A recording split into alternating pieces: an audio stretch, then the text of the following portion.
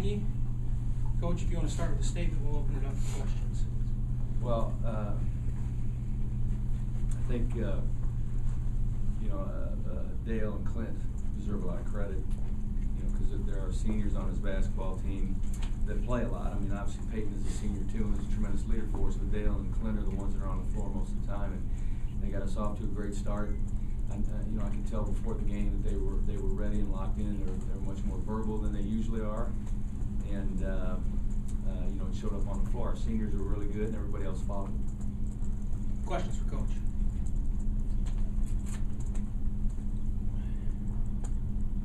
What's the best way to explain what happened tonight? A couple things.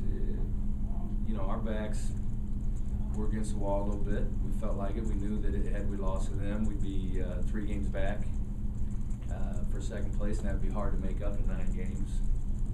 And that was never said, by the way. I never said that to the players, but they know. I mean, the kids know, and so I think that was some of it. I think human nature takes over too. When you've gone 3-0 like IPFW has on the road, and we've been there. When we were 6-0, you start to feel okay about yourself, and you lose some of your hunger. And I'm guessing that's what Dane would say about his team. And my guess is when we go there, we'll see a little bit different team. I know we will, because Dane's a good coach and his kids are tough. And I've talked to our kids about. I just felt like we struggled with IPFW, not because I thought they had better players, but because I thought that they were tougher than us. And I shared those things with my kids. I wasn't knocking our kids down. I was just saying it to them like I thought it was. And I think that was the case. Their backs were not against the wall, and ours were, and we played with some desperation. And like I told our kids after the game, you should play every game with desperation, because you don't know. You do not know which one's your last one. There's in your career you only get maybe 120, and that sounds like a lot, but why would you ever waste one?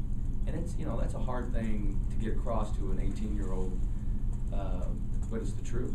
If I could go back and play a lot of games over, I would have played a lot differently, and I don't want them walking out of here feeling that way. The defense, especially the first half, was that the best you've seen all year, why was it so good? Just energy and leadership. I mean, defense is energy, and I had to talk to players yesterday. Honestly, I was so bothered. I mean, I sat and watched IPFW tape, and literally in the morning, I sat there for 3 hours by myself, just completely frustrated, trying to figure out how we're going to guard these guys, and thinking to myself, why would this should take me 10 minutes to say this is how we're guarding, but because we've struggled so badly defensively, it took me 3 hours. And when I went over to practice, I didn't even know, I was not happy about it. And I could barely talk to the guys yesterday. I was so bothered by the whole deal, and they could tell. And we put in some other stuff. We were prepared to play 2-3 and 3-2 and do whatever we had to do to try to keep them out of a rhythm offensively, but we didn't have to do that. The kids responded and played defense like I think we can play it. And I'll tell you, the guy that sticks out to me, and we had a lot of kids really play good defensively, but Jordan, I'll tell you, in the first half, Jordan was as good as I've seen him defensively. I mean, he didn't let McCorkle catch the ball. The problem with that for Jordan is now we know you can do that every time, and that's what will be expected of you, and that's what he should want anyway.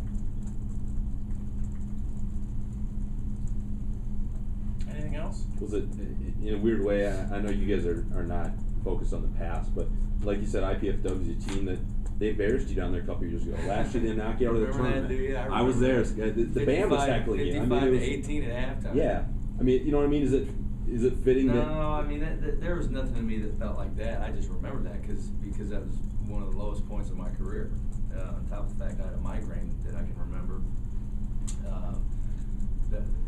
I was very, very concerned about our team at that point. And we bounced back and played okay after that. And they will too. I mean, you look at their team, how their team looks now is how we're going to look in 2 years, okay? besides Frank Gaines, they're all juniors and seniors. They're all juniors and seniors, and that's why they're sitting in second place, because they got tough kids. They have an incredibly experienced team, and they're really well coached. And we're going to look like that in 2 years when Nate's a senior, and we've got these freshmen that are juniors. Tony will be a senior. We'll and then we'll sprinkle in a sophomore and a freshman instead of, we're still playing a lot of underclassmen. But that's okay. They're good players. You gonna skip shoes from now on? No, yeah, of course everybody says that. I mean, that's what Rob said. Maybe he'll never wear shoes. Of course, his feet are so ugly, he can't even wear shoes. No, I'm not superstitious, so I don't think that had anything to do with it. But I do appreciate all the people that donated tonight. It's a good cause. Your feet feel better after a win? Yeah, well, I'll tell you why they feel better is because when I don't have shoes on, I can't stomp. And so my feet don't hurt me, but normally after games my feet really hurt. Tonight they don't.